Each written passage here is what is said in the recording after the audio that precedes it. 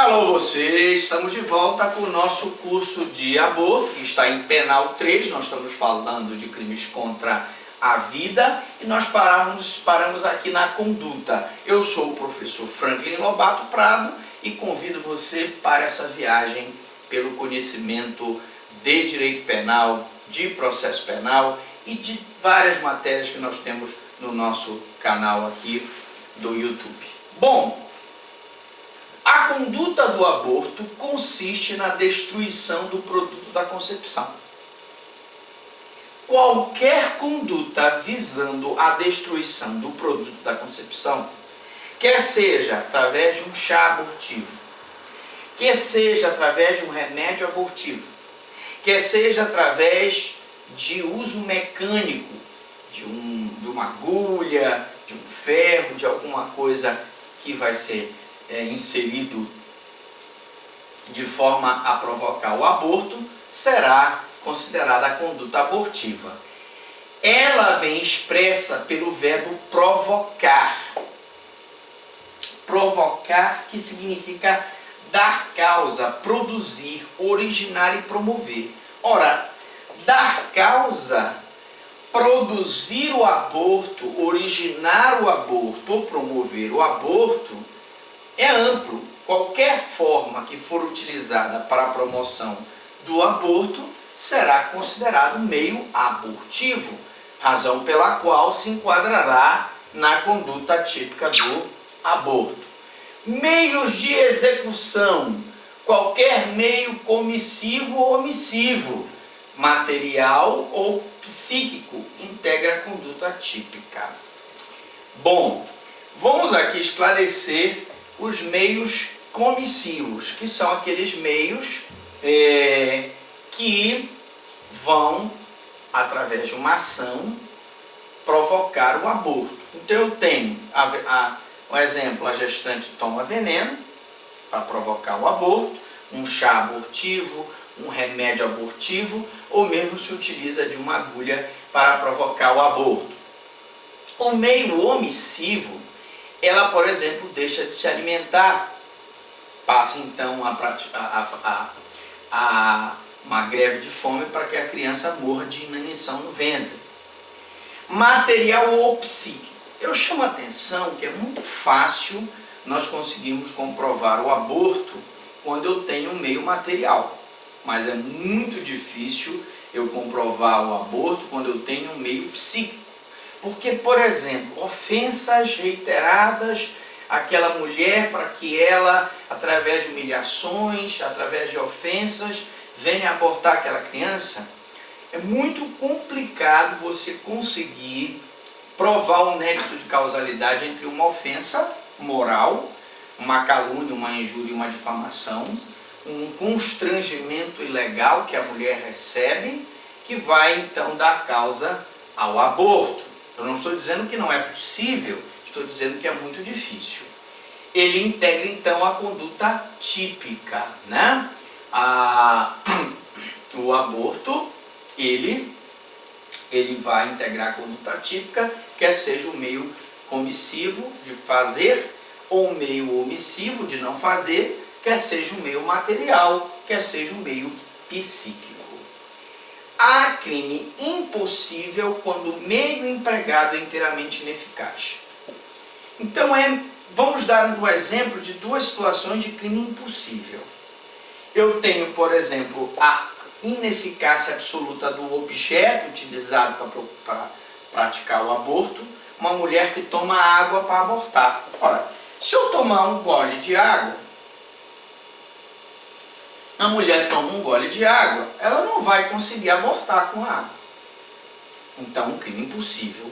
Mas também eu posso ter a ineficácia absoluta do objeto.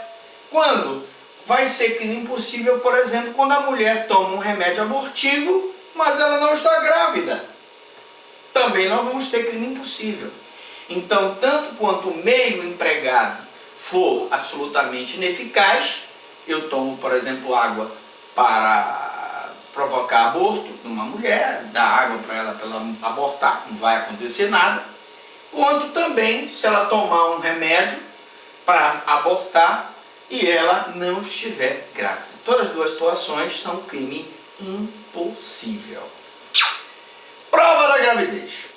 Outra coisa que a gente sempre fala nas aulas de penal, que a gente relembra nos nossos cursos de processo penal.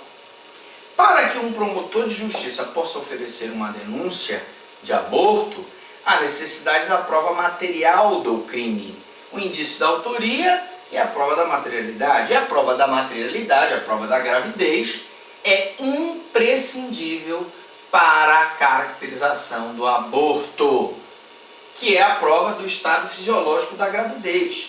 E essa prova é feita através do exame pericial.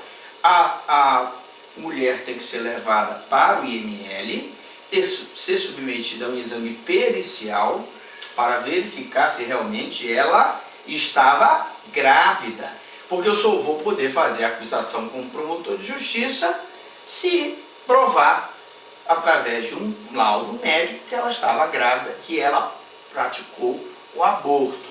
Prova também que havia vida do feto, evidentemente, que se ela estava grávida e ela, naturalmente, o feto morre no seu ventre, não há que se falar em aborto. Por quê?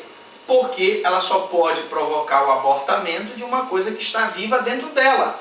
Se ela abortou uma criança já morta, não há que se falar em aborto.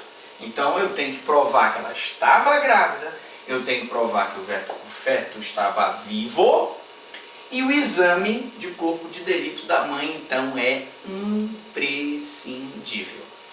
Professor Franklin, mas eu posso ter o exame indireto, em que duas testemunhas podem testemunhar, por exemplo, que a mulher estava grávida. Só que nesse caso, o exame de corpo de delito indireto, ele é um pouco frágil, porque eu posso até testemunhar que a mulher estava grávida, mas eu vou conseguir testemunhar que aquela criança que estava no seu ventre estava viva? E se ela estava grávida e a criança do ventre dela estava morta? Portanto, é muito importante, é imprescindível o exame de corpo de delito da mãe para provar a gravidez. O elemento subjetivo. A gente vem falando de elemento subjetivo aqui, fazendo a divisão entre dolo e culpa sempre. E você que está assistindo, às vezes fica dizendo assim, poxa, professor, mas eu já sei isso. Mas a gente sempre reforça, porque talvez você saiba.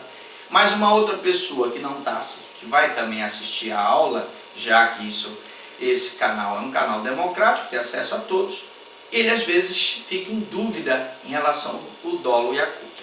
Então, gente, os crimes que nós estamos vendo aqui de aborto, seja ele praticado pela gestante contra o próprio filho, seja por terceiro, eles exigem o dolo. Eles exigem a vontade livre e consciente de eliminar o feto.